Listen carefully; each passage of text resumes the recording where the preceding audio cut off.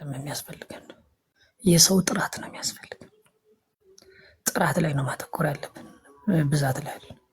ጥራት ካለው እዚህ ላይ ያለው ሰው ጥራት ካለው ትንታኔው ላይ በጣም ጎበዝ ከሆነ የጠላትን የትግል ታክቲክ ብጥር አድርጎ የሚያውቅ ጥራት ያለው ኃይል ሳይበሩ ላይ ካለ ሌላው ገሪሳው ታብታብ ያደርጋል፣ ችግር የለም። ጠላትም ራሱ ከስር ሆኖ ታብታብ ባያደርግም ከስር ሆኖ ያዳምጣል እና የገሪሳው ችግር የለበትም። ታብታብ ያደርጋል፣ ምንም ችግር የለም። ስለዚህ አሁን እኛ ማድረግ ያለብን ጠላቶቻችን የሚጠቀሙበት የትግል ታክቲክ ምንድን ነው? ሪፒቲቲቭ የሆነ ማለት ተደጋጋሚ የሆነ ጠላቶቻችን የሚጠቀሙበት የትግል ታክቲክ ምንድን ነው? አንደኛው አስመሳይ ተራማጅነት ነው።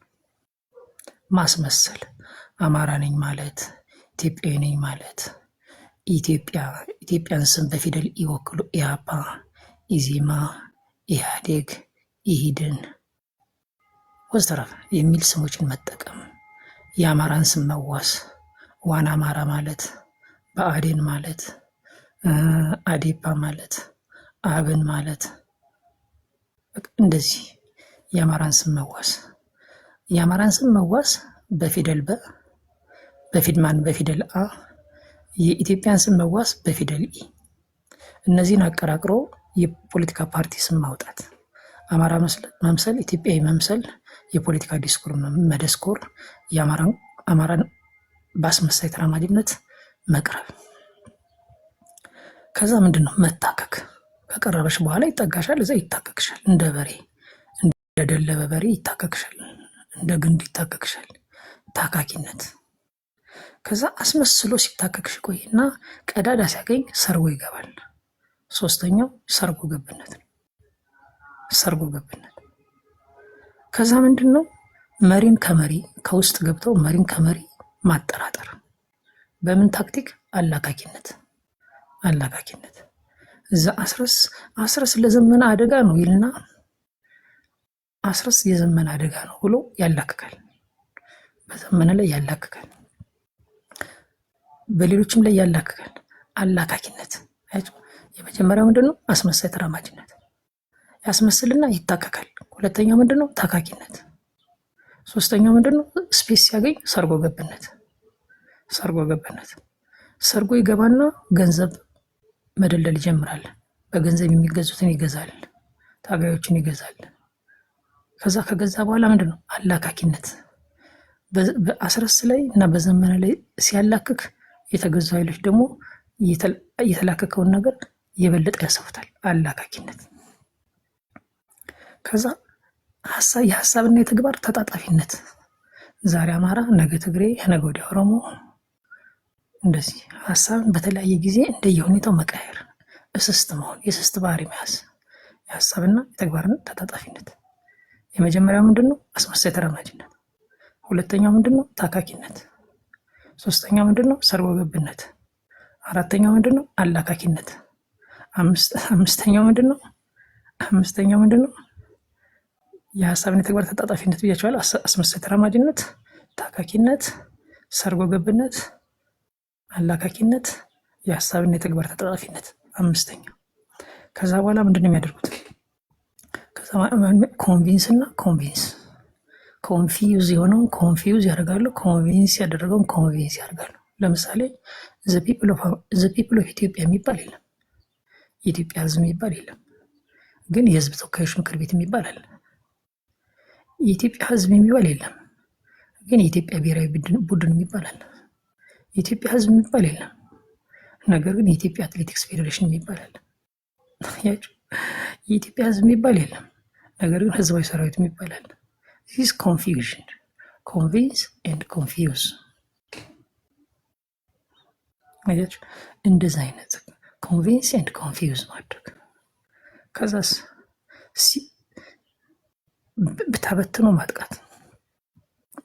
ተበትኖ ማጥቃት። የተለያዩ አጀንዳ ስምሪት ተሰጧቸው፣ ተበትኖ ማጥቃት። ሲጨንቃቸው ሰብሰብ ብሎ ማጥቃት። ልክ እንደ እግር ኳስ ማለት ነው። እግር ኳስ ሜዳ ላይ ተጋጣሚሽን ብትንቴና ትንፋሽ እንዲያጣ ታደርጊዋለሽ፣ ተበትነሽ ማለት ነው። ከዛ ትንፋሽ ሲያጣ ደግሞ ሰብሰብ ብቴና ታጠቂያለሽ። እንደዛ ነው። ስለዚህ አጨብጫቢ ማብዛት። ቴንክ ዩ አንድ ነገር ምን አስታወስከኝ መሰለ? በጣም ይቅርታ ድምጽ ከገባባችሁችን ብዬ እሰማለሁ።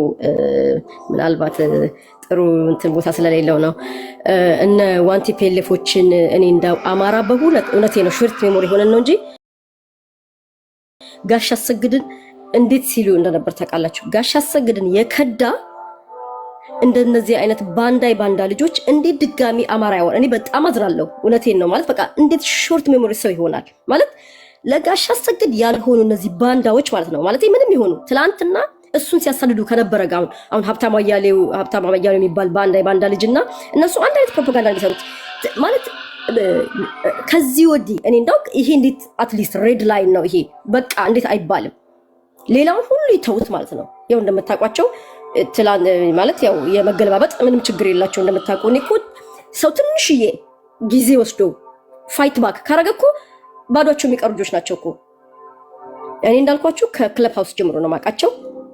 ነገ ምን ሊያወሩ ይችላሉ ብትለኝ በደንብ ነው ማቃቸው በደንብ። እና በጣም እኔ አንዳንድ ጊዜ አዝናለሁ። እንዴት ሰው በዚህ ልክ ለነዚህ አይነት ሰው ሊታለል ይችላል ብዬ ማለት ነው።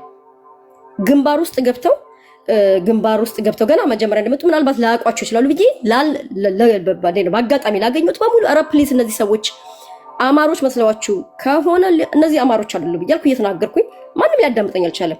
ግን ወጥተው ሰምታችኋል አይደል? ባለፈው ከግንባሩ ጋር 17 ጊዜ ስብሰባ ተቀምጠናል ብለው ሲሉ በጣም በእውነት በጣም ነው የገረመኝ። በጣም ነው ያዘንኩት ማለት በጣም ነው በቃ እንትን ያልኩት። ምክንያቱም እነዚህ ጨካኝ ለአማራ ማለት የፈለገ እኮ እኔ አሁን አማራ ርህራሄ እኮ አለ አይደል? የፈለገ ቢያናድድህ አንድ ወንድምህ ትጣላለህ። መጣላት ያለ ነው እንኳን ከዚህ ከማታውቀው አይደለም እንዳልኩት ከገዛ እህት ወንድሞቻችን ጋር እንጣላለን።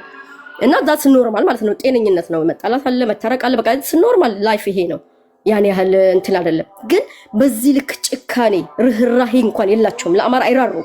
ይሄንን ሰው ሲያይ እኔ ለጋሻ አሰግድ ያልሆኑ እነዚህ ሰዎች ለማንም አሁን የጋሻ አሰግድ ልጆች እንዴት ለማፍረስ እንዴት እኔ በእውነት እና በዚህ አዝናለሁ ነው የምነግርህ። እና እስቲ በደንብ መስበክ አለብን ምነግራቸው። አሁን ትንሽ ፕሮፓጋንዳ ስለሆነ የሚሰሩት ያው የፕሮፓጋንዳ ደግሞ ሀያልነት የምታውቁት ነው። ሰው ለማስታወቂያ ለምናምን የሚከፍለው ዝም ብሎ አይደለም። ፕሮፓጋንዳ የአእምሮን ፕሮግራም ማድረጊያ ስለሆነ ዝም ብለህ ቆይ እስቲ ልግባና ልስማቸው እንኳን ስትል ሳታውቀው ፌክት ያደርጋል። ይሄንን እንደው የአማራ ልጆች ሩም ለምትከፍቱ እንደው አደራ ብዬ የምላችሁ ይሄንን በድጋሚ እነዚህ ሰዎች ኢሬሌቫንት ማድረግ አለብን። እኔ እንዳልኩት ይሄን ሀብታሙን አያሌውና በጣም ማዝነውና የምናደደው አሁን እንደነዚህ አይነት ልጆች ከክለብ ሃውስ ጀምሮኛ ኢሬሌቫንት አድርገናቸው ነበር፣ ኤክስፖዝ ተደርገው ነበር። እነሱ ናቸው አምጥተው ሬሌቫንስ የሰጧቸው። ከዛ በኋላ ያመጡትን ዳሜጅ እንግዲህ የምታዩት ነው። ለምን አማራ አይደሉም? አይራሩም። የሚራሩት ነገር የለም። እና በጣም አዝናለሁ። በዚህ እውነቴን ነው በቃ አዝናለሁ። እንዴት ነው ማዝነው? እነዚህ አይደለም፣ እነዚህ ስራቸው ነው። እነዚህ እኮ ጥሩ ስራቸውን እየሰሩ ነው። በነገራችን ላይ ከመንግስት ጋር ነው የሚሰሩት፣ ያው ከዚህ ከመንግስት ጋር እና አሁን መንግስት ለነሱ ጥሩ ብር ቢከፍላቸው ትክክል ነው። ለምን የሚሰሩለት ማንም የማይሰራውን ስራ ነው የሚሰሩለት። እኔ ለአማራው ለራሱ ለአማራ ልጅ አሁን ይሄ ሀብታሙ አያሌው የሚባል ባንዳ ልጅ ማለት ነው ውባንተን አማሮ የገደለ ጋሻ አሰግድን እንደዛ አማሮ ሲያሳድድ እንትን በቃ አሁንማ በቃ ደንበኛ የብልጽግና ፕሮፓጋንዲስት ሆኗል እኮ ልክ እንደ ኤርሚያስ ለገሰ ጀስት በቃ ኦፊሻሊ አናውንስ ማድረግ ብቻ ነው የቀረው እንጂ የሚሰራው ዳሜጅ ማይ ጋድ። እና እኔ እንዴት ሰው አይማርም ነው ይሄን ሁላ ካራክተር አሳሲኔሽን ውሸት እየተናገሩ ወንድምን ከወንድም አባትን ከልጅ እያባሉ ማለት ነው እዛ። እና ይሄንኛ ኖ ማለት አለብን ማለት ነው። እኛ ጥያቄ አለን፣ ጥያቄያችንን እናቃለን። ከዛ ወዲህ የፈለገ ቢለፈልፍ ይጩ እኛ አንሰማም፣ ጆሮአችን ጥጥ ነው። እና ምድር ላይ ያሉትም ለህዝባችንም ገንዘባቸውን የት መስጠት እንዳለባቸው ኮዛቸው ምን እንደሆነ መንገር ደጋግመን አለብን ለማለት ፈልጌ ነው። ቴንክ ዩ።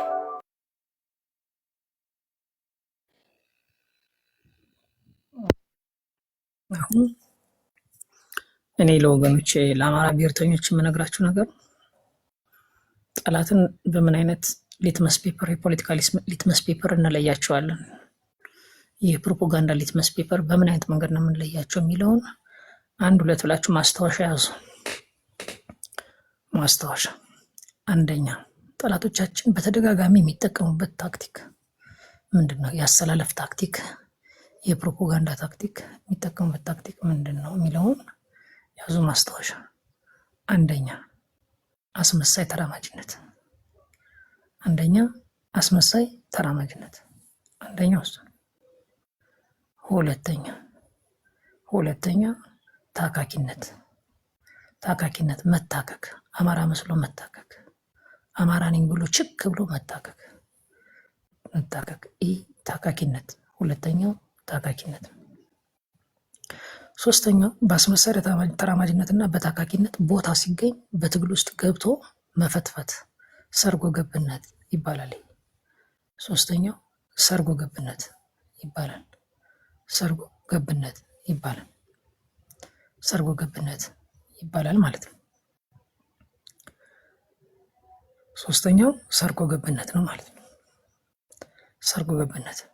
ሰርጎ ከገባ በኋላ ከውስጥ ያለውን ኃይል ወይ መሪውን ወይ ታጋዩን ይገዛሉ። በገንዘብ በረብጣ ማለት ነው። በሀሳብ ሳይሆን በገንዘብ ይገዛሉ። በገንዘብ ከገዙ በኋላ ምን ያደርጋሉ? አራተኛው ምንድነው? አላካኪነት ይሆናል ማለት ነው። ማለት ዘመነን አስረስን እንዲጠራጠሩ፣ አስረስ ዘመነን እንዲጠራጠሩ፣ መሪዎቹ እርስ በርሳቸው እንዲጠራጠሩ፣ ታጋዮቹ የመሪ የሀሳብ አንድነትና የተግባር አንድነት የለም ብለው እንዲያምኑ።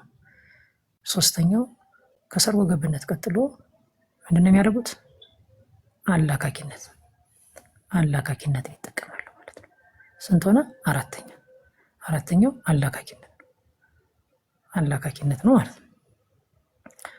አላካኪነት ነው ማለት ነው። አራተኛው አላካኪነት።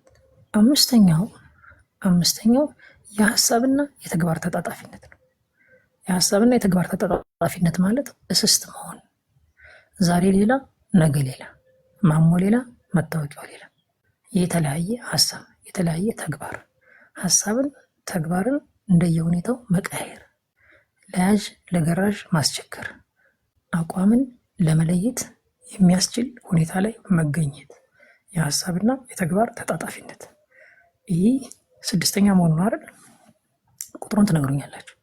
የሀሳብና የተግባር ተጣጣፊነት አሁን የነገርከን አምስተኛው የሀሳብና የተግባር ተጣጣፊነት። ስድስተኛው ኮንቪንስ እና ኮንፊውዝ ማድረግ።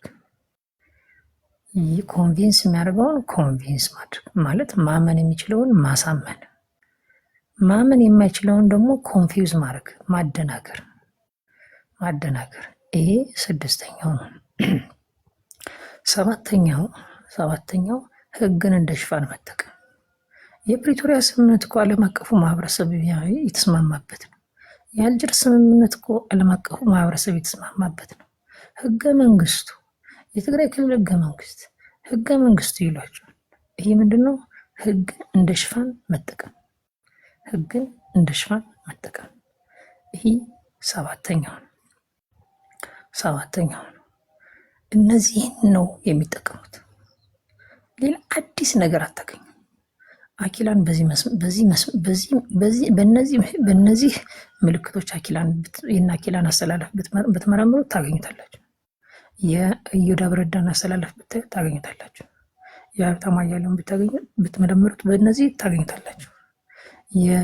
የጀዋር መሐመድን ብትመለከቱት ታገኙታላችሁ። ሀብታሙ አያሌውን ብትመረምሩት በዚህ ታገኙታላችሁ።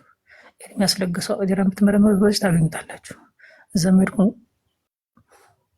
ተነቀለ ወፍ የነገረችኝ እሱንም ብትመረምሩት በዚህ ታገኙታላችሁ። አያሌው መንበርን በዚህ ብትመረምሩት ታገኙታላችሁ። ኔቨር ጊቭ አፕ የሚባለው ወይም ራስ ካሳ የሚባለው በዚህ ብትመረምሩት ታገኙታላችሁ። ስምንተኛው የአማራን ፎቶ፣ የአማራ ጀግኖችን ፎቶ፣ ልሙጡን አረንጓዴ ቢጫ ቀይ ሰንደቅ ዓላማ መጠቀም። ስምንተኛው የአማራን ፎቶግራፍ፣ የአማራን ጀግኖች፣ አማራ በቀላሉ የሚሳሳላቸውን ጀግኖች ፎቶግራፍ መጠቀም። ስምንተኛው ይሄ ነው። ዘጠነኛው ልሙጡን አረንጓዴ ቢጫ ቀይ ሰንደቅ ዓላማ ይዞ መምጣት። ዘጠነኛው ይሄ ነው። አስረኛው የኢትዮጵያን ስም በፊደል ኢ መወከል፣ የማይወዳትን ኢትዮጵያ በፊደል ኢ ወክለው የፓርቲ ስም ማውጣት። ለምሳሌ ኢህአፓ፣ ኢህዴን፣ ኢዜማ፣ ኢህአዴግ፣ ኢሰፓ፣ አብን ኢትዮጵያን ስም የመጠቀም ፊደል ኢን ኢትዮጵያን እንደሚወዱ ሆነው መምጣት። ብሔራዊ ጭቆና በኢትዮጵያ ውስጥ አለ። ጨቋኙ የአማራ ገዥ መደብ ነው። ኢትዮጵያ ጨቋኝ ናት ይሏችሁና የፓርቲ ስም ሲያወጡ ግን የኢትዮጵያን የመጀመሪያ ፊደል ኢን ይጠቀማሉ። ኢህአፓ፣ መኢአፓ፣ መኢሶን፣ ኢሂድን፣ ኢህአዴግ፣ ኢዜማ አያችሁ፣ ሌሎችንም እንደገና አሁንም የአማራውን ስም መጠቀም የሚጠሉትን አማራ ጨቋኝ ነው የሚሉትን አማራ የአማራን ስም ፊደል አን በመጠቀም የፓርቲ ስም ማውጣት። ለምሳሌ ብአዴን፣ አዴፓ፣ አብን አያችሁ፣ እነዚህ ምሳሌዎች ናቸው። ስለዚህ የሚጠሉትን ኢትዮጵያ እና የሚጠሉትን አማራ የመጠሪያ ስማቸውን የመጀመሪያ ፊደል በመጠቀም የፓርቲ ስም ማውጣት። ይሄ 10ኛው የትግል ታክቲካቸው ነው። እንደገና ዲሞክራት ለመምሰል ፊደል ኤን በፓርቲ ስማቸው ውስጥ ማስገባት። ፊደል ዴን ለምሳሌ ኢህአዴግ ጸረ ዲሞክራሲ ነው በባህሪው። መለስ ዜናዊና ስብሐት ነጋ እኩል የሚካፈሉት ነፃነትና ዲሞክራሲ ኑሯቸው አያውቅም። አብይ አህመድና ለማ መገርሳ በታሪካቸው እኩል ተካፍሎት የሚያውቁት ነፃነትና ዲሞክራሲ ኑሯቸው አያውቅም። ግን ስማቸው ምንድን ነው? ኢህአዴግ። በገዱ አንዳርጋቸውና ወይም ደግሞ በብናልፍ አንዱዓለምና በገዱ አንዳርጋቸው ወይም በደመቀ መኮንንና በገዱ አንዳርጋቸው መካከል እኩል ነፃነትና ዲሞክራሲ ኑሮ አያውቅም። ነገር ግን ብአዴን ዲሞክራት ለመምሰል፣ ኢህአዴግ ዲሞክራት ለመምሰል እነዚህን ታክቲኮች ነው የሚጠቀሙት። ሌላ አዲስ ታክቲክ የለም። ስለዚህ ጠላት ማን ነው ብላችሁ ለመለየት ከፈለጋችሁ በእነዚህ መስፈርቶች መርምሯቸው። በቃ በሽታ እኮ የሚታወቀው እኮ ምልክቱ ነው። አንድ ታማሚ ሲመጣ ምን ያደርጋል? ብርድ ይለኛል፣ ያንቀጠቅጠኛል፣ ሰውነቴን ድካም ይለኛል ምናምን ካለ ወባ ይዟል ማለት ነው። በቃ በአማራ ትግል ውስጥ ጠላት መምጣቱን የምታውቁት በእነዚህ ምልክቶች ቼክ አርጓቸው። እስካሁን ድረስ ያሉትን ጠላቶች አሁን በዘረዘርኳቸው ቼክ አርጓቸው። በቃ ጠላት ማለት ጠላት ይሄ ነው፣ ቀለቀ። ስለዚህ እነዚህ የሚገርም እንትን ነው። ምን ትዝ እንዳስደረከኝ ታውቃለህ? አንድ ማን ነው እሱ እንዴት ፕሮፓጋንዳ እንደሚሰራ አህመድን ጀበል የሚባለው ሰውዬ እንዴት ሊስት ሲያደርግ እንደነበር ሰምተው ታውቃለህ? አህመድን ጀበል ነው ሲያሰለጥናቸው እንዴት አማራን መበተን የሆነ የፕሮፓጋንዳ ስትራቴጂ ማለት በጣም የሚገርምና እንደዛ ነው የዘረዘርከውና ይሄንን ነገር በእናትህ ደጋግመህ በምትገባበት ወይ ደግሞ ሩም እየከፈትክ ለአማራው እንትን ብትል በጣም ጥሩ ነው።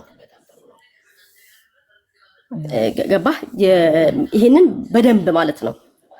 አሁን በዚህ አንተ ራሷን በተናገርከው መስፈርት ሳይሆን በጣም እየገረመኝ ነበረ። እነዚህ አሁን እንትን ማን ነው እሱ ይሄ ዘመድኩን በቀለ የሚባል ሰውዬ እኔ አሁን አማራ ከሌሎች አሁን ኢትዮጵያዊ ነኝ። አሁን ኢትዮጵያን እንዳልኩ ይሄ ፌክ ኢትዮጵያኒስቶች ሳይሆኑ ኢትዮጵያዊ ሆነው የአማራ ጄኖሳይድ እንትን የሚያሳስባቸው ወይ ደግሞ ድምጽ የሚሆኑ ሰዎች አፕሪሼት አደርጋለሁ። እንደዛ ብቻ ግን በእኛ ፖለቲካ በተለይ ደግሞ የሃይማኖት ሰው ሆኖ መጥቶ ሲፈተፍት ገና ከመጀመሪያ እኔ ደስ አይለኝም። ለምንድን ነው ደስ የማይለኝ? አንደኛ እኛ ይኸውልህ ክርስቲያን፣ ሙስሊም ምናምን ሁሉም አለን ማለት ነው። እኛ አማራንን ብለን ነው እንትን ያለው እና ቢያንስ በሌላ በውጭ የሚሰራብን ፕሮፓጋንዳ ለዛ ግብአት ሊሆን ይችላል በሚል ስጋት ነው፣ በሌላ አልነበረም። ሁለተኛ ደግሞ ሁልጊዜ ኢትዮጵያኒስቶችን የምፈራው ምንድነው የአማራን ብሔርተኝነት እንደ ስጋት ነው የሚያዩት። አይታችሁ ከሆነ አሁን እንዳልኩ አሁን እስክንድርን አሁን እስክንድር ዛሬ እግዚአብሔር ብሎ አዲስ አበባ ቢቆጣጠሩ ምን ሊያደርጉ ይችላሉ ብለህ እኔ ሳስብ ምንድነው የሚያደርጉት በኔክስት ዴይ አማራ ብሔርተኛ ላይ ቴሮሪስት ብለው ዲክሌር ያደርጋሉ ብዬ አስባለሁ። እንትን ያወጣሉ ብዬ የአማራ ብሔርተኛ እንዲሆን አይፈልጉም። በሚያስደንቅ ሁኔታ ማለት ነው እንደ ትሬት ነው የሚያዩት። ዘመድኩን የአንድ ፓርት ነው ይሄ ሀብታሙ አያሌው ቢባል ባንዳ የሱ እንትን ነው። አትሊስት እውነተኛ እንኳን ኢትዮጵያዊ ናቸው ብዬ ባምን የአማራን ብሔርተኝነት ግን እንደ ትሬት ነው የሚያዩትና እኔ እሱ በጣም ይገርመኛል። እና አሁን ይሄ ማነው እሱ ገና ይሄ እንዳልኩ ይሄ ዘመድኩን በጣም የምጸየፈው እነዚህ ዋንቲ ፔሌፎችን ሬሌቫንስ የሰጣቸው አንደኛው እሱ ነው። እኛ ማለት እንደዚህ ኤክስፖዝ አድርገን በቃ ማንም ኢሬሌቫንት ያደረግናቸውን አምጥቶ ፕላትፎርም የሰጠው እሱ ነው።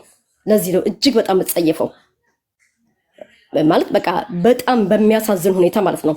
አማራ ናቸው ብሎ አምጥቶ ምስኪን ናቸው ደግሞ እዛ ታች ያሉት ፋኖች ምናምን ሬሌቫንሲ ሰጥተው ግንባር ውስጥ አስገብተው ሌሎቹን የማይፈልጉትን በሙሉ በካራክተር አሳሲኔሽን ስም እያጠፉ እስር ቤት ያሉትን ሳይቀሩ ለአማራ ህይወት የሚከፍሉትን እንደዛ አማረው በውሸት እና አሁን ደግሞ ልክ ከሀብታሙ አያሌው ጋር በገንዘብ የተጣሉት ተጣልተው አይ በቃ እሱ መጥቶ እውነተኛ በቃ ያው ድሮ አብረው ነበርን፣ አሁን ግን ልክ አይደለም።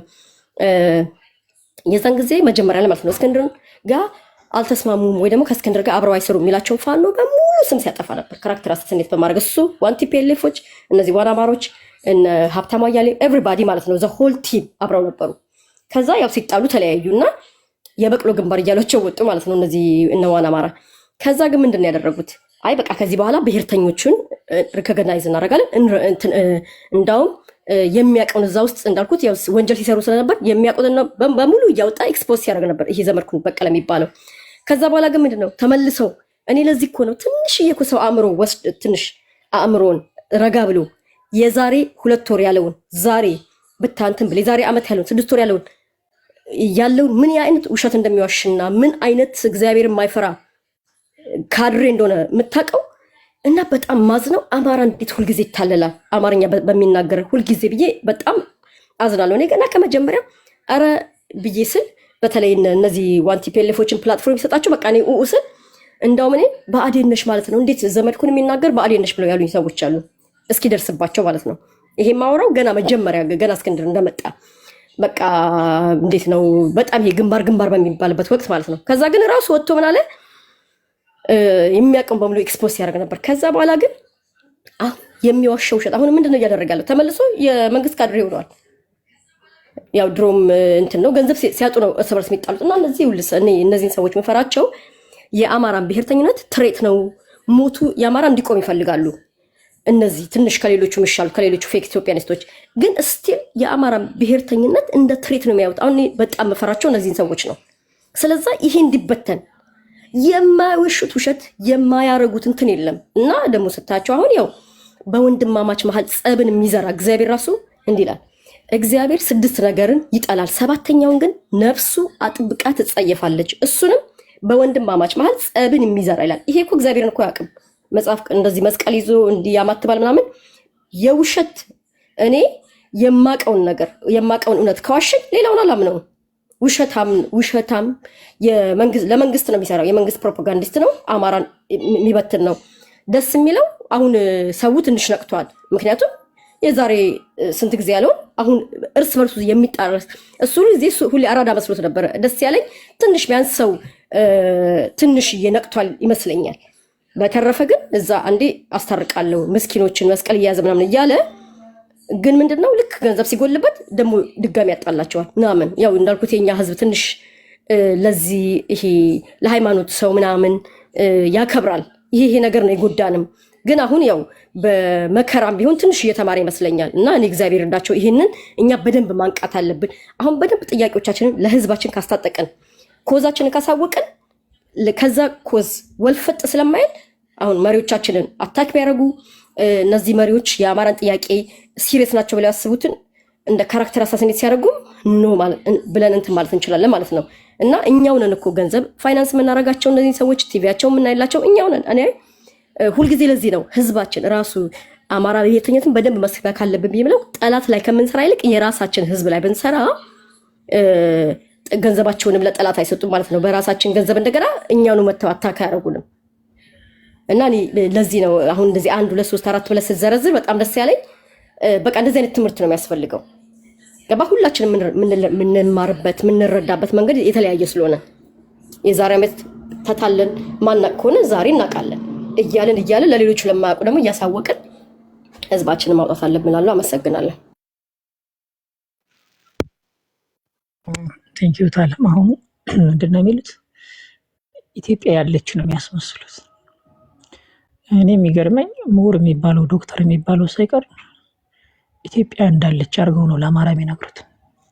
ለትግሬው እንደዛ ብለው አይነግሩትም፣ ለኦሮሞ እንደዛ ብለው አይነግሩትም።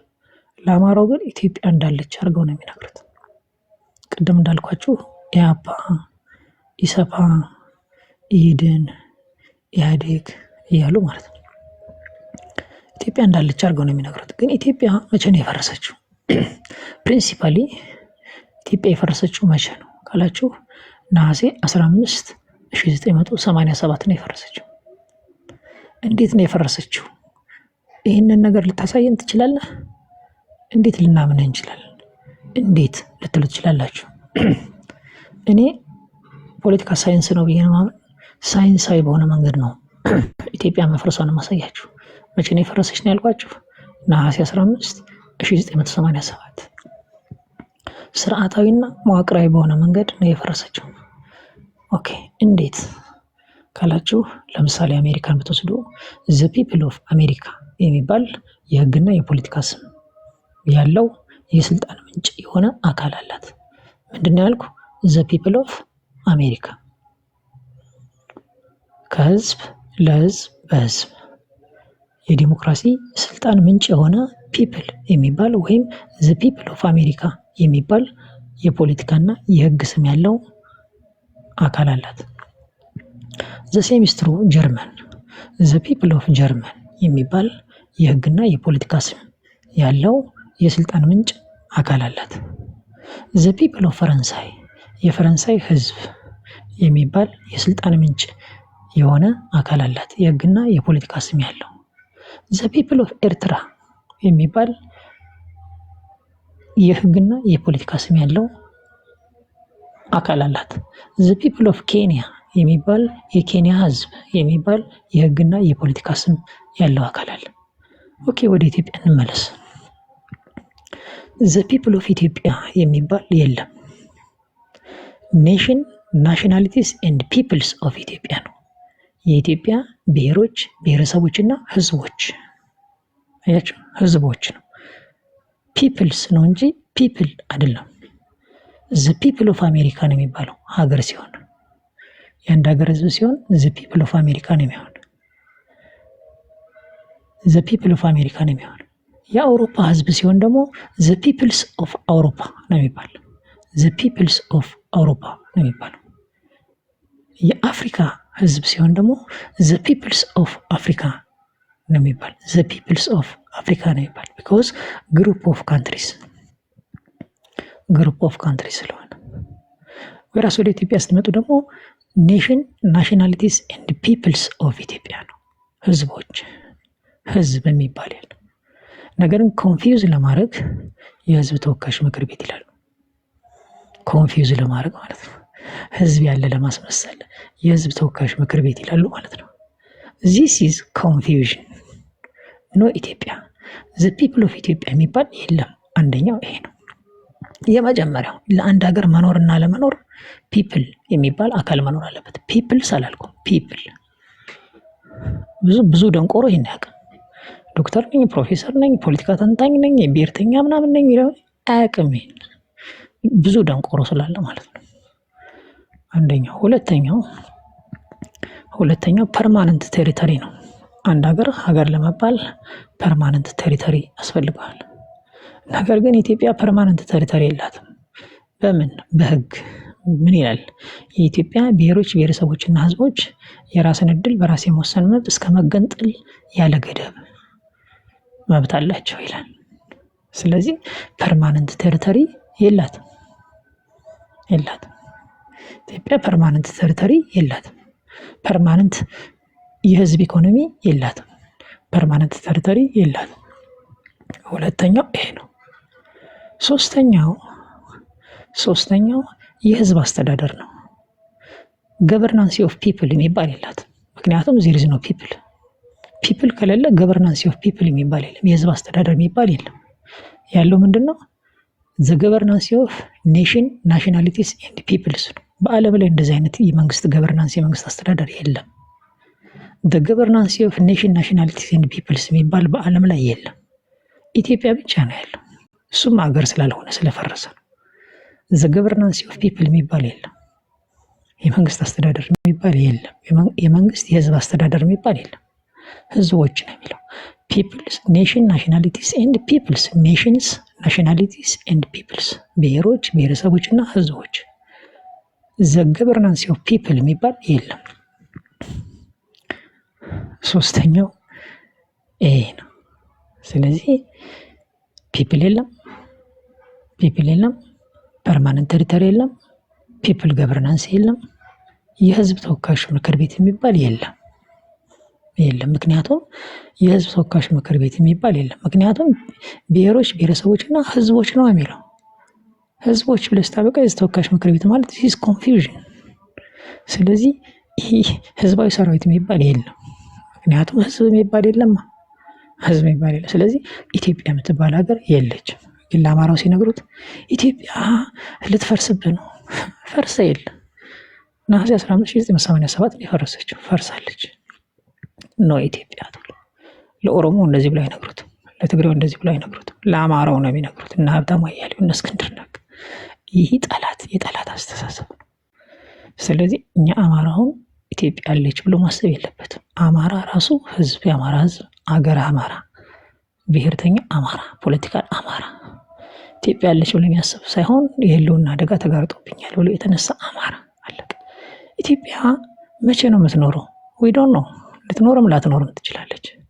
ኦኬ ኢትዮጵያ የምትባል ከሌለች አማራ ውጭ ሀገር ሄዶ አማራ ፓስፖርቱ ምን ሊሆን ነው?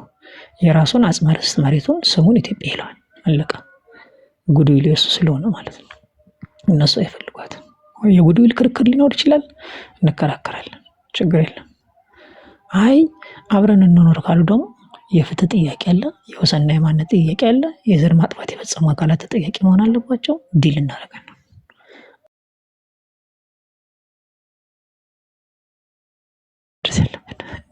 ኢትዮጵያ ያለች ሲሏችሁ ዝም ብላችሁ ያለች እንዳትመስላችሁ። የለችም የሚለውን ፖለቲካሊ ተንትናችሁ ማስረዳት አለባችሁ። ልክ አሁን እንደኔ ማለት ነው።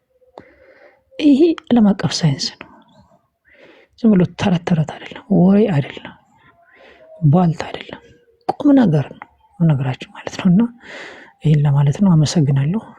ቀጥሉ። ኤፍሬም ጠፍቷል። እህት አለም ቀጥይ፣ በላይም ቀጥል። አመሰግናለሁ። ስታብራራው ቅድም የኢትዮጵያ ህዝቦች ብሔረሰብ የኢትዮጵያ ህዝብ ሳይሆን የኢትዮጵያ ህዝቦች ብሔረሰቦችና ብሎ የተጻፉ ህገ መንግስቱ ላይ መሆኑን ጭምር አልነገርም። እንደዛም ስትገልጸው አሁን የኢትዮጵያ ያፈረሰችው የኢትዮጵያ ህገ መንግስት 1987 ሰኔ 15 ዲክላር ሲደረግ በነጋሶ ጊዳጋ ማለት ነው። እንደዛ ማለት ነው። ከዛ በኋላ ህዝብ የነበረው የኢትዮጵያ ህዝብ የነበረው ተሰርቶ ያደረን ሀገር ከዛ በኋላ ልክ እንደ አህጉር ክልሎችን የራሳቸው ቴሪቶሪ፣ ህዝብ መዝሙር፣ የባንዲራ ምናምን ሰጥተው ተሰርቶ ያደረን ሀገር አህጉር አለ። ለዛ ነው ህዝቦች አሉ። ስለዚህ ያ የተጻፈው ህገ መንግስት ቅድም ፋክት አንተ ስትጠቅሰው የነበረው እያንዳንዱ በህገ መንግስት ከሚል ላይ ያለውን እንደሆነ በደንብ ስላልጠቀስከው ይሄ የተቀመጠው ነሐሴ 15 1987 ህገ መንግስት ብለው የህልውና ጉዳይ ነው፣ ቀይ መስመራችን ነው ካሉት ላይ ነው የተቀመጠው። ይህን አስቀምጠው ግን ምን ይላሉ? ኢህአዴግ ይላሉ። አያችሁ፣ ይህን አስቀምጠው ምን ይላሉ? ኢህአዴግ ይላሉ። ምን ለማለት ነው? ኮንፊውዝ ለማድረግ ነው። ኢትዮጵያ ያለች ለማስመሰል፣ ዲሞክራት ኢትዮጵያ ያለች ለማስመሰል ኢህአዴግ ይላሉ። አያችሁ፣ ዚስ ኢዝ ዘ ኮንፊውዥን። ይህን ኮንፊውዥን ለማወቅ ቁጭ ብሎ ሰከን ብሎ ማሰብ ይጠይቃል። አያችሁ፣ ይህንን አስቀምጠው ግን ምን ይሉናል? ለኛ ለአማሮች ኢህአዴግ ይሉናል። ዲሞክራቲክ ኢትዮጵያ ግንባር ዲሞክራቲክ ኢትዮጵያ ግንባር። አይ እና ደግሞ ፌዴራሊስት ለመምሰል ደግሞ የኢፌዴሪ ህገ መንግስት ይሉናል። ፌዴራሊስት ለመምሰል የኢፌዴሪ ህገ መንግስት ይሉናል። አያችሁ፣ ያለው ብትሏቸው አይነግሯችሁ። አማራ አዊ ብሔረሰብ ዞን፣ ዋግኽምራ ብሔረሰብ ዞን፣ አርጎባ ብሔረሰብ ዞን፣ የኦሮሚያ ብሔረሰብ ዞን ይሏቸዋል። እሺ፣ አማራው ከምክር ቤት ውስጥ ስንት ወንበር ነው ያለው? አይነግራችሁ። አገኘሁ ተሻገር አይነግራችሁ። ላቀያሌው አይነግራችሁ። ብናልፍ አንዱዓለም አይነግራችሁ። አረጋ ከበደ አይነግራችሁ። ማንም አይነግራችሁ። አማራ ስንት ወንበር ነው ያለው በአማራ ክልል ምክር ቤት? አይነግራችሁ። አያችሁ፣ እንደዚህ አይነት ታክቲክ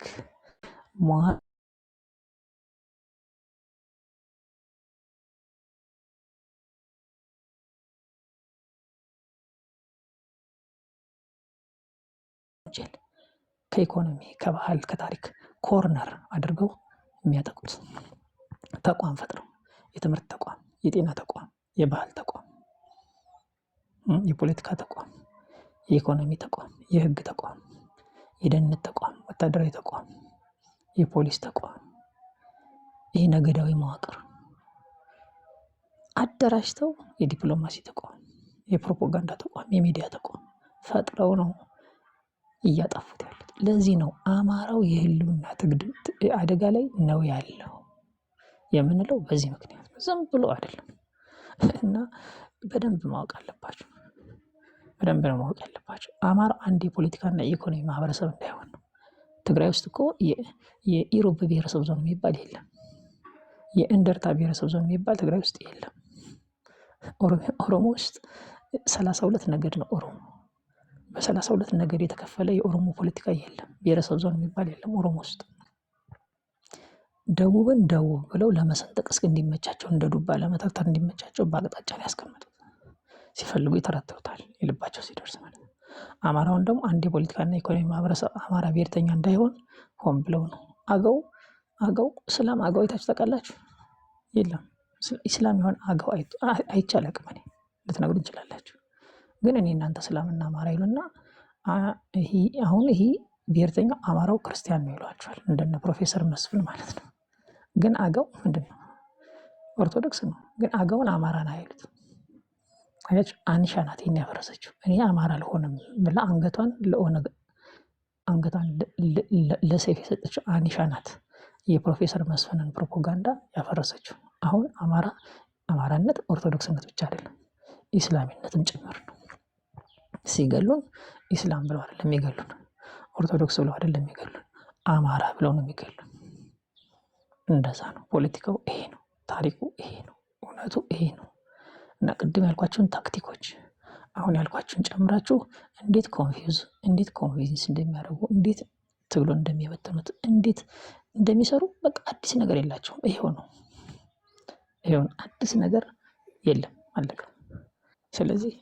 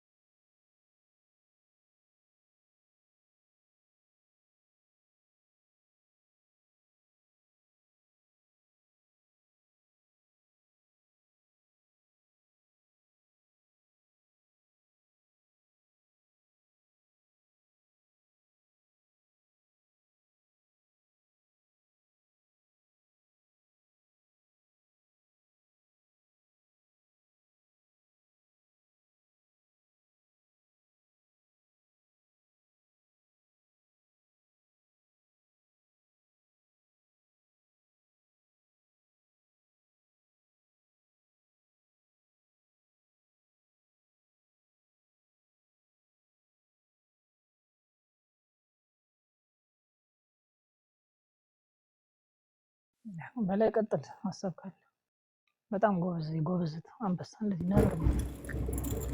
በጣም የተቆጣች ነበር ብቻ ያለች የተቆጣች አራስ ነበር እና ደስ ይላል። ሀሳብሽን ቆንጆ በጣም ጠንካራ የሆነ ሀሳብ ያለሽ የሆነ አማራነት የገባው ሰው ያስታውቃል። ከአማርኛ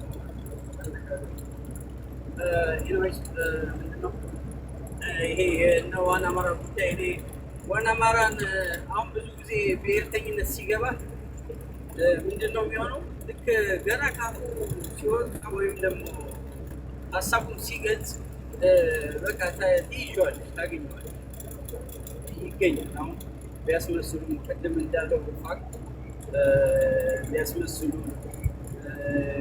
ታከቡ ሰርጎ ቢገቡ እነዛን ቴክኒኮችን በፈለገው መንገድ ቢጠቀሙ ግን ትክክለኛ ብሔርተኝነቱ በቃ ክሊክ ሲያደርግሽ ሁሉም ነገር ትክክለኛ የአማራ ፖለቲካ ደጋፊ እንዳልሆነ እኔ ብዙ ጊዜ ብዬ በእንደዚሁ ነው ልምድ መሰለኝ እና እነዚህ ሰዎች አሁንም ይቀጥላሉ። ልዩ ልዩ አጀንዳ እየፈጠሩ እስከምናሸንፋቸው ድረስ ይቀጥላሉ። መቀጠላቸው አይቀርም። ለምን? እነሱ የሙሉ ጊዜ ስራቸው ነው። እንደገና ደግሞ በጀት አላቸው። የሚሰጉበት ነገር የለም። የእነሱ አላማና ግብ ምንድን ነው? የአማራውን ፖለቲካ ወደኋላ አማራ ብሔርተኛ እንዳይሆን አድርገው በእጃዙር እነሱ ከአማራ የሚፈልጉትን ጥቅም ለማስከበር በተለይ በዚህ ሀገር ለመሆኑ እየሰሩ ስለሆነ የወልቃይትንና የራያን ጉዳይ ከዛ አካባቢ ያለው ነገር የሚጠቀሙበት ለምን ደካማ አማራ ከተፈጠረ ለምንድን ነው የሚሰሩ? ደካማ አማራ ከተፈጠረ በቀጠናው ዊክ የሆነ አማራ ከተፈጠረ እነሱ የሚፈልጉትን ያደርጋሉ። ስለዚህ ያንን የሚፈልጉትን እንደ ስለት እንትን የሚመኙትን የወልቃይትን እና የዛን ኮሪደሩን ምንጫ መግቢያውን ካገኙ ዛሬ ነገ አይሉም። አይደለም እንደውም እኮ ቄሶቻቸው ሲቀድሱ ሀገረ ኢትዮጵያ የሚለውን ትተው ሀገረ ትግራይ ምናምን እያሉ መቀደስ ጀምሯል። እንደውም ማለት ነው ይሄ ጳጳሱ አቡነ ጳውሎስ ወይ ቢያልፍ ወይ የሆነ ነገር ቢሆን ኢሚዲየትሊ ጳጳስ ይሾማሉ።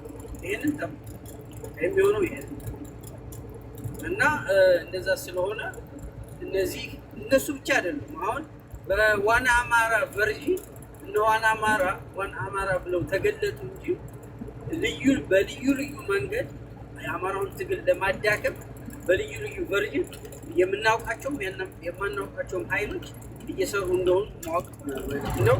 ለአማራ ከሚሰራው አንቲ አማራው ይበዛል። ይሄን ነው የተደረገው። ወላይታ እነ ማሜ ኮልሚ እነ ማሜ እነ ካሳ በጣም ብዙ ግን አማራንን አስመሳዮች ናቸው፣ ታካቂዎች ናቸው፣ ሰርጎ ገቦች ናቸው።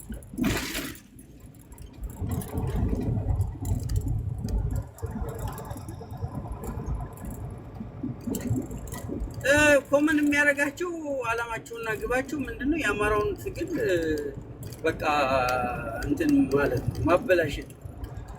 የሚሰሩት ስራ አማራው ታማኝ የሆነ የትግል መሪ እንዳይፈጠርበት፣ ታማኝ የሆነ ታጋይ እንዳይፈጠር፣ እርስ በርሱ እንዳይተማመን፣ ተጠራጣሪ እንዲሆን፣ የሀሳብና የእንትን ልፍስፍስ እንዲሆን ነው የሚሰሩ ሁሎችም ማለት ነው።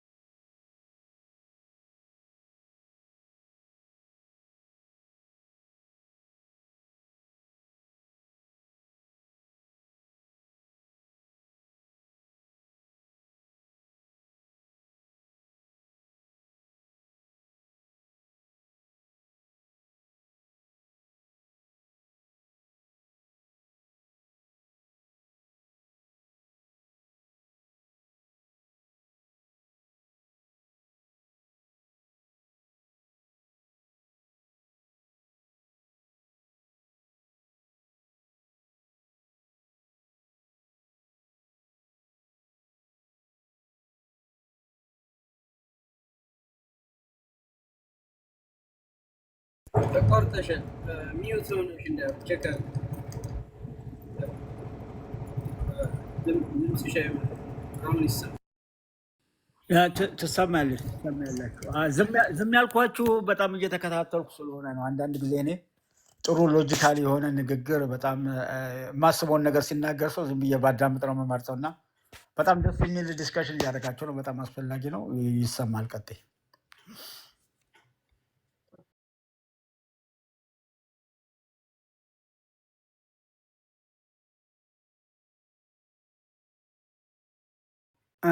አሁን ተቋርጠሻል አይደለም? ኦኬ፣ እየተቆራረጠ ነው። እህታችን እንግዲህ በደንብ አድርጎ የገባት ናት። በደንብ አድርጋችሁ ገልጻችኋታል። እናንተም ነብር ነው። ነብር እንግዲህ ጭራውን ከያዙ እንደዚህ ያሉ እህቶቻችን ወደፊት በመምጣታቸው ትግሉ የአማራ ብሔርተኝነት ምን ያህል ርቀት እንደሄደ ነው የሚያሳዩት። ትላንትና ዝም ብሎ ይጎተት የነበረ ህብረተሰባችን ሰንደቅ ዓላማ ሲያሳዩት በየገደሉ እየሄደ መስዋዕትነት ይከፍል የነበረው አሁን መጠየቅ የሚችል ወጣት አዲስ ትውልድ የአማራ ጀኖሳይድ ሞት በእኔ ይብቃ ያለ ትውልድ ተፈጥሯል። ይህን ትውልድ ለማጥፋት ትልቅ ርብርብ እየተደረገ ነው። እኔ አንዳንድ ጊዜ እንትና ዳንኤል ክብረት ዝም ብላችሁ ከሰማቻቸው ጠላቶቻችን ይነግራሉ፣ እቅድና ፕላናቸውን ይናገራሉ። ምንድን ነው ያለው? አማራን ይህንን ፋኖን አሁን ያለውን ከጨረስ ነው አለቀ ነው ያለው። አያችሁ ምን ያህል ሀሳብና ፕላናቸው የዛን ያክል ርቆ የሚሄድ ነው። እውነታቸውን ነው። ይሄ አሁን የወጣው አማራን ነፃ ለማውጣት የወጣው ትውልድ በሴራ ከከሸፈ የአማራ ዕጣ ፈንታ ለአንድና ለመጨረሻ ጊዜ የሚያከትምለት ነው የሚሆነው። ስለዚህ ይሄ ትውልድ የሚቀጥለውን የራሱንም የሚቀጥለውን ትውልድ ዕጣ ፈንታ የአማራን ዕጣ ፈንታ ሊወስን የሚችል አቅም ነው እና ጠላቶቻቸውን ብዙውን ጊዜ ይነግሩናል። በተለይ ኦሮሞዎቹ ባለጊዜ ስለሆኑ ማናለብኝ ስላሉ ምንም ነገር ላፋቸውም ለድርጊታቸውም እንትን የላቸውም፣ ሪስትሪክሽን የላቸውም። እንደውም አንዳንድ ጊዜ ያው ሟች ሉንታ እየያዘው ነው እንጂ ገዳይ ምንም ችግር የለበትም እና ያው በግልጽ ነው የሚገሉንም የሚሳደቡትም የሚያዋረዱትም አጀንዳቸውንም የሚነግሩ ኤሊቶቻቸው በሚኒስትሪ ሚዲያ ነው እንግዲህ የአማራን ጥላቻ ዘራችን እንደሚያጠፉት ኢንሲግኒፊካንት ነምበርስ እናስቀራቸዋለን እያሉ ፊት ለፊት ነው የሚናገሩት። የሚሰማ ጆሮ ካለ በዚህ በኦሮሞማው ስርዓት ውስጥ እጣ ፋንታ የለኝም፣ እጣ ፋንታ ባርነት ወይም ሞት ነው ብሎ ቆርጦ የተነሳ ትውልድ ራሱንም ያድናል፣ ትውልዱንም ይቀይራል። በአሁኑ ጊዜ የአማራ እጣ ፋንታ መታገል ብቻ ነው። ምክንያቱም አለመታገል ከመታገል የበለጠ ዋጋ ስለማያስከፍል ማለት ነው። የማይታገል ሰው ቤቱ የተቀመጠ ሰው ቤቱ ድረስ መጥቶ ሚስቱንም ደፍሮ እሱንም ደፍሮ ይገለዋል። ስለዚህ ጫካ የገባው ግን አትሊስት ቢሞትም ጠላትን ገሎ ጠላትን አስጨንቆ ነው። ስለዚህ መስዋዕትነት ዝም ብሎ መክፈል ለአማራ ሕዝብ የሚጠቅመውም የለም፣ ለራሱም አይጠቅምም፣ ለአማራ ሕዝብም አይጠቅምም። ስለዚህ አለመታገል በአሁኑ ጊዜ ለአማራ እድል አይደለም፣ ምርጫም አይደለም።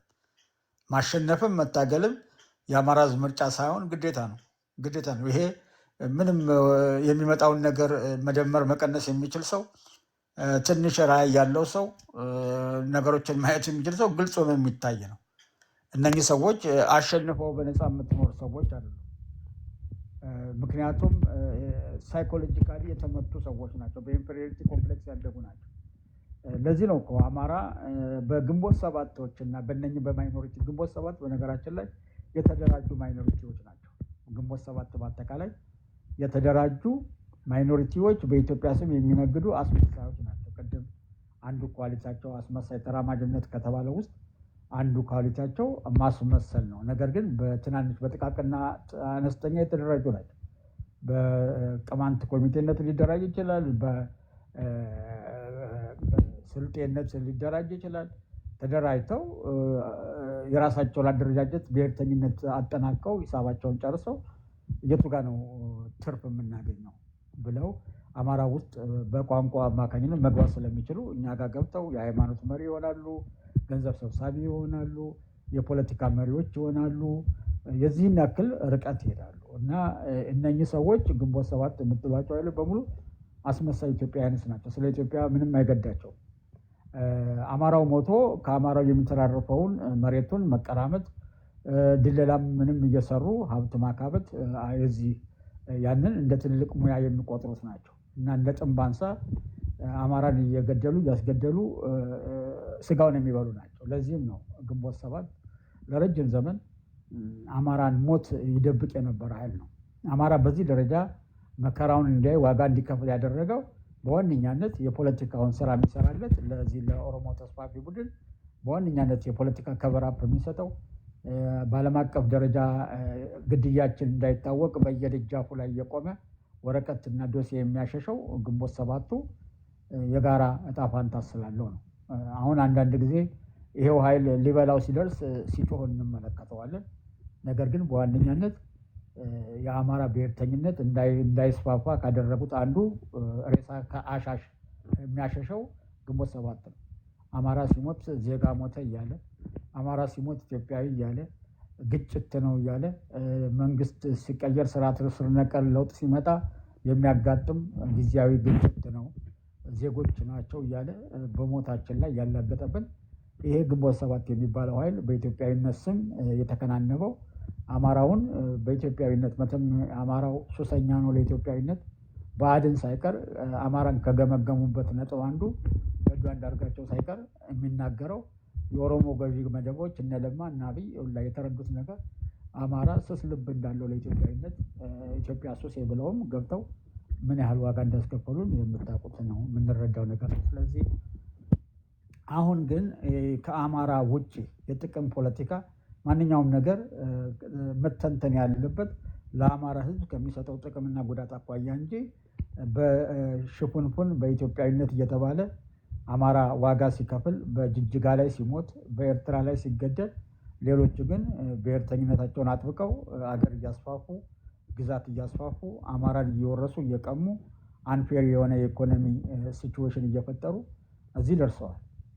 አሁንም የአማራ ብሔርተኝነት እንዳይነሳ ውስጣችን ገብተው በከፍተኛ ሁኔታ በጀት ተይዞላቸው እየተንቀሳቀሱ ያሉበት ሁኔታ ነው። ስለዚህ በዋነኛነት የሚያስገርመው ባህሪያቸው ተነጣጣይና አንድነት አላቸው። እንደየሁኔታው ይነጣጠላሉ። የተነጣጠሉ መስለው እንደኛ የሚጮሁ አላቸው፣ ተቃርኖ የሚቆም አላቸው። ስለዚህ አይታችኋቸው ሳይበር ላይ አይታችኋቸው ከሆነ ዋና አማራዎቹ ፖለቲካ ሰርተው አማራው ነቅቶባቸው ሰልችቶትም ይሁን ሸሸት ሲላቸው በሌላ በኩል ያደሱት ግሩፕ ያዘጋጁና እዮዳብ ጋር ይሄዳሉ። እዮዳብ ጋር ከኦሮሞነት ወደ አማራነት መጥቶ አማራን እያሟሟቀ ይቆያል። በተሟሟቀው ቤት ገቡና እንደገና የራሳቸውን ሰው የመሰብሰብ ፖለቲካ ይሰራሉ።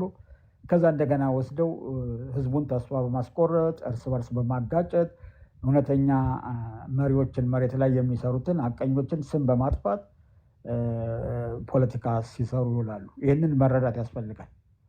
እንደ አማራ ግን ማየት ያለብን ሀቅን ነው። ሀቅና እውነት ደግሞ መሬት ላይ አብቦ እየጎመራ ነው ያለው። ዘመንም ዋርካውም ይሁን የአማራ ብሔርተኞች ጠላትን ሌት ተቀን እየቀጠቀጡ አሸናፊነታቸውን በተግባር እያሳዩን፣ ነገር ግን እነኚህ ወንድሞቻችን የብልጽግና አካል ናቸው፣ ብአዴኖች ናቸው እያሉ ይናገራሉ። እኔ ሌና ያለው ሰው እንዴት መሬት ላይ ያለውን ነገር እንደማያይ እንዴት ተግባራቸውን እንደማይረዳ ትላንትና የነገሩትን ዛሬ በተቃራኒ ቆመው ሲነግሩት ሰው እንዴት እንደሚሰማ ይገርመኛል። የነሱ ባህሪ በጣም የሚገርም ነው። እኔ በሰው ልጅ ባህሪ ውስጥ እንደ አማራ ጠላቶች ያለ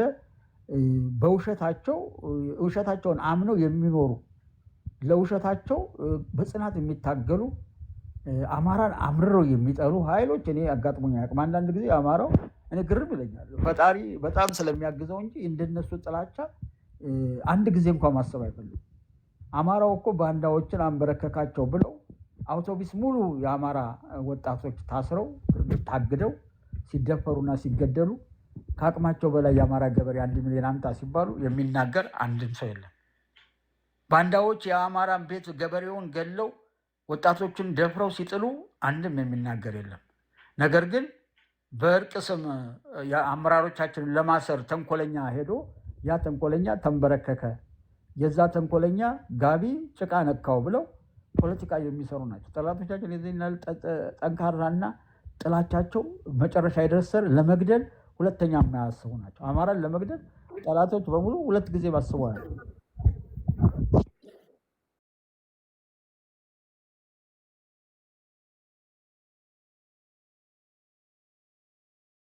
ያ እኔ ከነሱ መማር ያለብን የዚህ የአቋማቸው በአማራ ላይ ጥላቻቸው አቋም ሁለት ጊዜ አያስቡ። አማራን ለመግደል እያንዳንዱ ጠላት ጊዜና ቦታ ካገኘ ምንም አስቦም አያውቅም። ራሱ ገሎ ራሱ ፖለቲካ የሚሰሩ ናቸው። ባለፈው እንግዲህ ያንን ኮሎኔል እንዴት አድርገው እነኝህ ስኳዶቹ የአማራ ብሔርተኝነት አንድ እንዳይሆን ከተጠቀሙበት በኋላ እስክንድርን የአማራ ብሔርተኛ ውስጥ ከቀላቀሉት እንዲቀላቀል ካስደረጉ በኋላ ያንን ኮሎኔል ቆስሎ ሕክምና አልሰጥም ብለው ራሳቸው እንዲገደል አድርገው በመከላከያ ኢንፎርሜሽን አውጥተው ሕክምና እንዳያገኝ አድርገው የተሰበሰበውን ግል በልተው ራሳቸው ገለው ራሳቸው ለቅሶ የሚወጡ ሰዎች ናቸው። የዚህን ያህል ጸረ አማራዎች ናቸው። እያንዳንዱን እስቲ ተመልከቱ። ኢቨንቶች እያንዳንዱ ድል በሚገኝበት ኢቨንት ላይ አማራ ተገሎ ፖለቲካ ተሰርቶ ዓለም አቀፋዊ ንቅናቄ እንዳይፈጠር በሚመጣበት ጊዜ ምን ያህል አጀንዳ ሳይበሩ ላይ ይዘውልን እንዳይመጣ አይታችኋል። አንዷ ከአንዷ ጋር ከመሬት ተነስታ ትጣላለች። አንዱ ከአንዱ ጋር ከመሬት ተነስታ ይጣላሉ። በነጋታው አገላጋይ ይሆናሉ። ከዛ በአማራ ስም ይታረቃሉ፣ ይማማላሉ። ይህን እያደረጉ በዚህ አይነት ሳይክል መሬት ላይ አንድም ነገር እንዳይደረግ፣ ህብረት እንዳይደረግ፣ ትክክለኛ የሆነ የገንዘብ ማሰባሰብ እንዳይደረግ ከፍተኛ ስራ ነው የሚሰሩ። አንድነት ዘመቻውን በመጣ ጊዜ ይሄ የስኳድ ኃይል ይሄ የእስክንድር ኃይል ምንድን ነው ያለው? ይሄ ዘመቻ በእኛ ላይ የተነጣጠረ ነው ያለው። ኤግዛክትሊ ይህን ወርድ የተናገሩት ይሄ ዘመቻ በእኛ ላይ የተነጣጠረ ነው። ማናቸው እነኚህ ሰዎች ብለህ ስትል ይሄ ዘመቻ የተነጣጠረው በብልጽግና ላይ በመከላከያ በብርሃኑ ጁላ ሰራዊት ላይ ነው። ወንድሞቻችን እየማረኩ ያሉት የብርሃኑ ጁላ ሰራዊት ነው። እነኚህ ሰዎች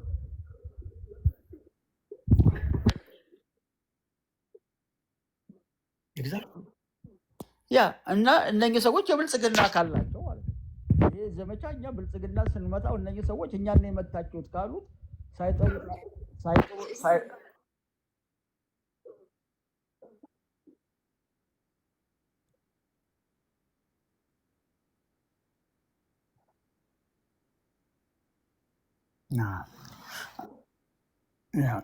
እና የዚህን ያክል ናቸው በትክክል። አዎ ሄጅበት እና እንደዚህ ነው። በጣም ጥሩ ውይይት እያደረጋቸው ነው። በጣም እኔ ከበደለ እንትን ብዬ በጣም እያዳመጥኩ ነው። በጣም ጥሩ ገዢ የሆነ ሀሳብ ነው። እህታችን በደንብ አድርገሽ ረጅም ዘመን በዚህ ስራ ውስጥ እንደነበርሽ ያስታውቃል። እና ቀጥይ ወይም ፋክትም ሁላችሁም ጥሩ ውይይት ነው እያደረጋቸው ያላችሁት።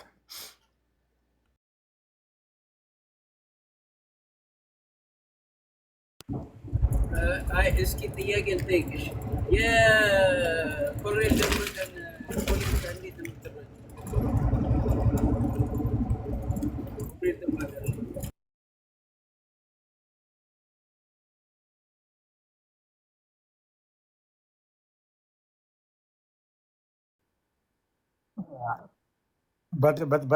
በትክክል ይሄ የጸና አቋም ነው። በጣም ልክ ነሽ፣ ጎበዝ ነሽ። እንደዚህ ትክክል ነው። ወልቃይት ላይ የአማራ አቋም ሊለይ አይችልም። ወልቃይት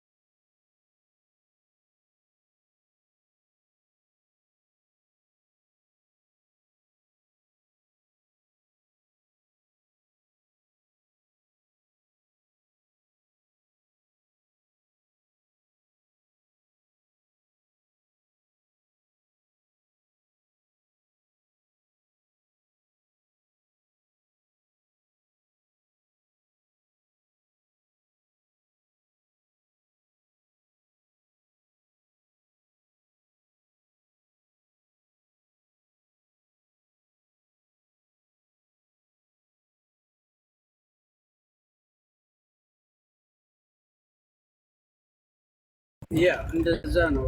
ቆንጆ ነው ሀሳብሽ። አይ በደምብ ገብቶሻል። ፋክት አለ። ፋክት ካለ እስኪ ቀጥል። አሪፍ። በጣም በጣም ቆንጆ ነው።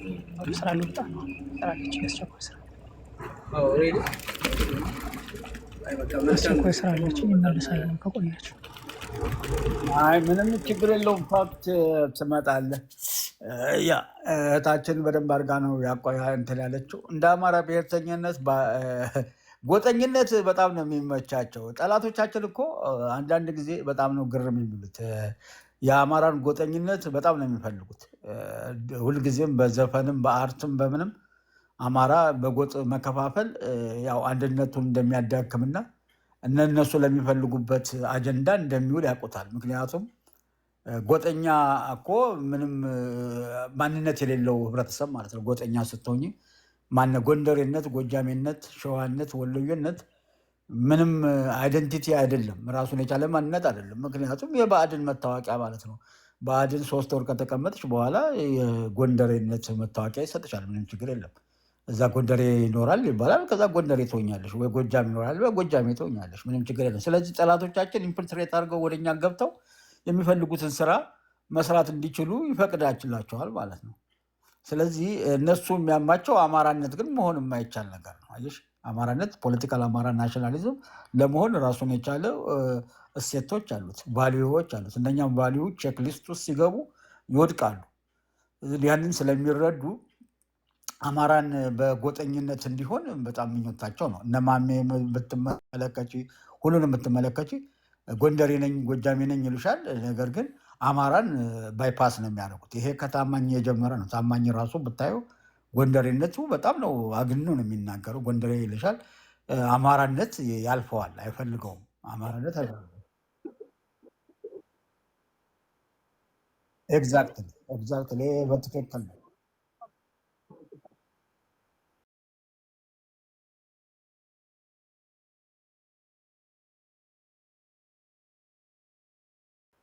አማራነት ነው ለነሱ ጎጠኛነት። ያስቀኛል። በጣም ነው የሚያስቁ። ልክ ነሽ፣ በደንብ አይተሻቸዋል። አማራነቱ ጎጠኝነት ነው። ይሄ ጎንደሬ ጎጃሜነቱ ግን እንትን ነው፣ ኢትዮጵያዊነት ነው። ልክ በደንብ አስተውል።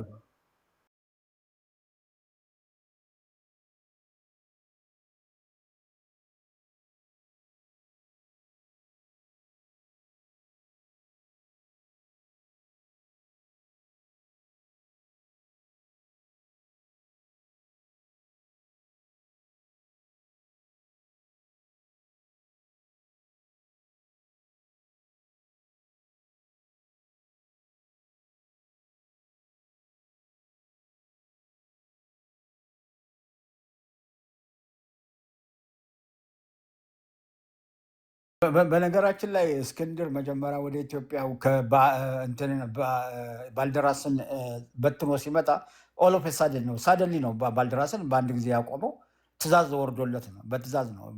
በነ ኤርሚያስ በነ ሀብታሙ እና በግንቦት 7 እና በዚህ በቱለማው ገዥ መደብ በተስፋፊ የቱለማ ገዥ መደብ በጋራ ወስነው ነው የተላከው። ኢሚዲየትሊ ሲላክ ገንዘብ ሂሳቡን ሁላ አላወራረደም። እንደምታስታውሽ ባልደራሶች ሁላ በ20 ሚሊዮን ብር ከሰውት ነበረ። ያ ክስቶን ሁላ ወዲያውን ያነሱት እንዲነሳ በመንግስት ትእዛዝ ተሰጥቷቸው ያችን ከዛች በኋላ ተንፍሰውም አያውቁም። ምክንያቱም የተሻለ ትልቅ የሆነ አጀንዳ ስለተሰጠው ነው ወደ አማራ ምድር የገባው። ሲመጣም ንግግር ያደረገው ኢትዮጵያ በብሔርተኞች አማካኝነት መስመራዊ ጥቃት ደርሶባታል ነው። ስለዚህ ይህንን መከላከል መቻል አለብን ብሎ ነው ወደ አማራ መሬት የመጣው። ስለዚህ ኢትዮጵያ የደረሰባትን በብሔርተኞች የደረሰባት ጥቃት ብሔርተኝነት መታገል መቻል አለብን። ስለዚህ አማራን ሊያግዝ ሳይሆን አማራነትን ሊታገል የአማራ ብሔርተኝነትን ሊያጠፋ የመጣ ኃይል ነው። አይፈልገውም። በግልጽም ተናግሯል። እኔ አማራ ኤግዚስት አያደርግም የለም ያለ ነው። በተለያዩ እኔ አማራ ብሔርተኛ አይደለሁኝም ብሏል። ሀብታሙም እኔ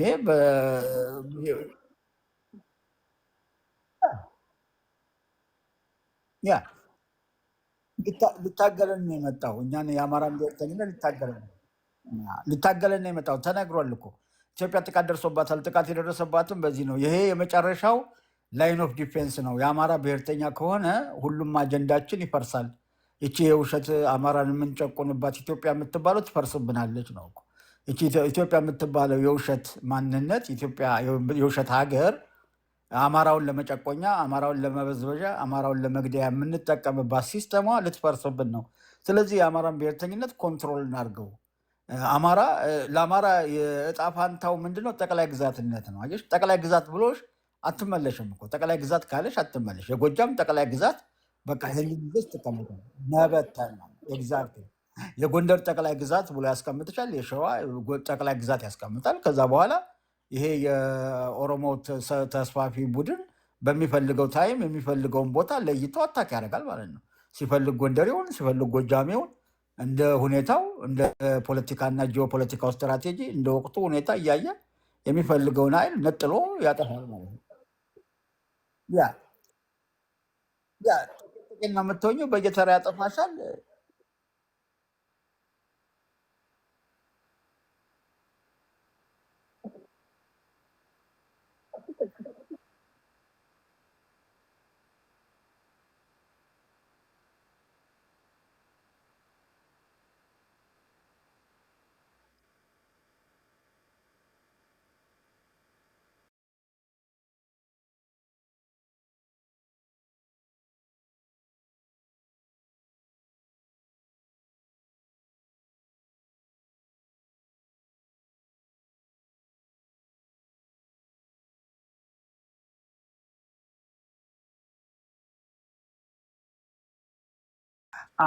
አንድ ነገር የውሸት ነገር ከሚያስተምሩበት አንዱ በጣም ሐሰት የሆነ ነገር አማራ የሁላ መከራ የደረሰብህ ብሔርተኛ በመሆን ይላሉ። ግን ዘዩኒቨርሲቲ ትሩ ነው፣ ውሸት ነው። ይሄ ተገላቢጦ ነው ትክክሉ።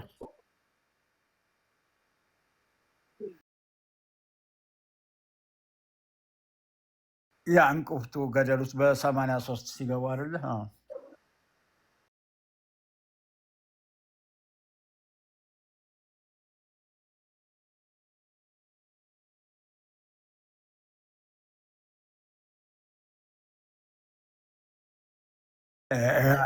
ያ ፎልስ ናሬሽን ነው።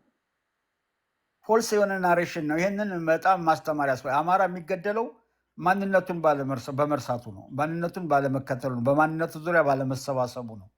ይሄ በጣም የተጠና አማራ ጥቂት ሰዎች ስለተሳደቡ አይደለም፣ ኦሮሞውን ስላንጓጠጥ ነው አይደለም፣ ምንም ስላደረግን ሳይሆን ይህን የምንገደለው ብሔርተኛ ባለመሆናችንና እርስታችንን ለመንጠቅ ካላቸው ፍላጎት ነው። ከወራሪነት ስነ ምግባራቸው የሚመዘዝ ነው።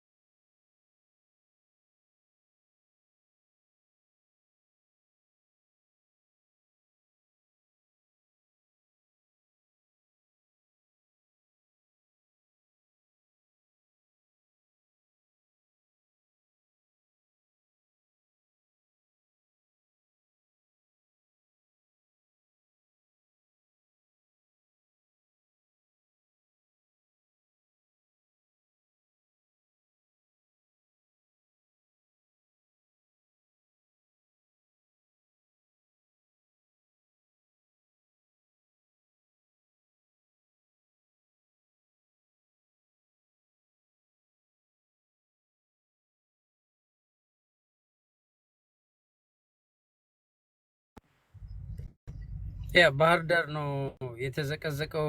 ሽማግሌው መሳሪያውን ዘቅዝቆ ሲያሟርቱበት የነበረው ያ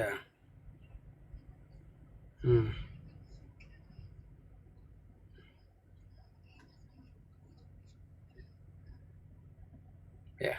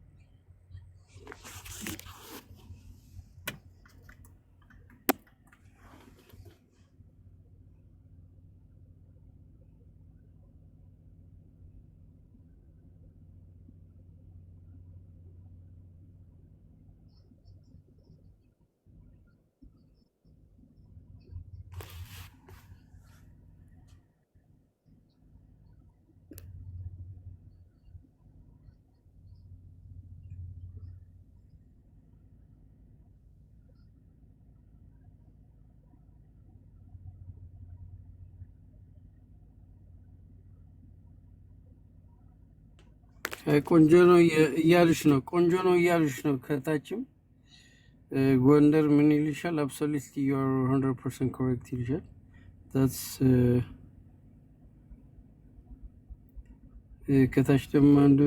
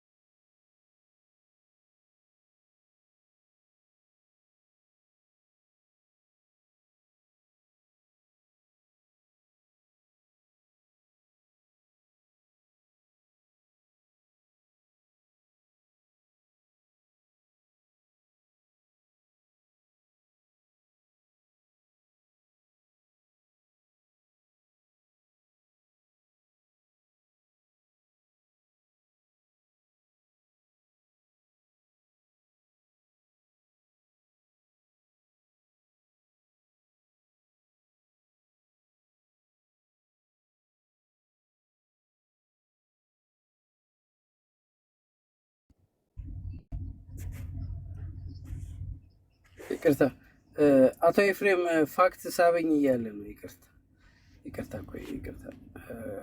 አቶ ኤፍሬም ሳበኝ እያለ አስገብቼዋለሁ። እያየሁት ነው። አንድ የሆነ ልጅ ገርሞኝ አንዳንድ የጥላቻቸው ዘመነ ደሳለኝና ማነው ዋርካው መጥፎ ስድብ ጽፎ ጥላ ኤክስ አድርጎ ስድብ ነው የጻፈው። በስድብ ነው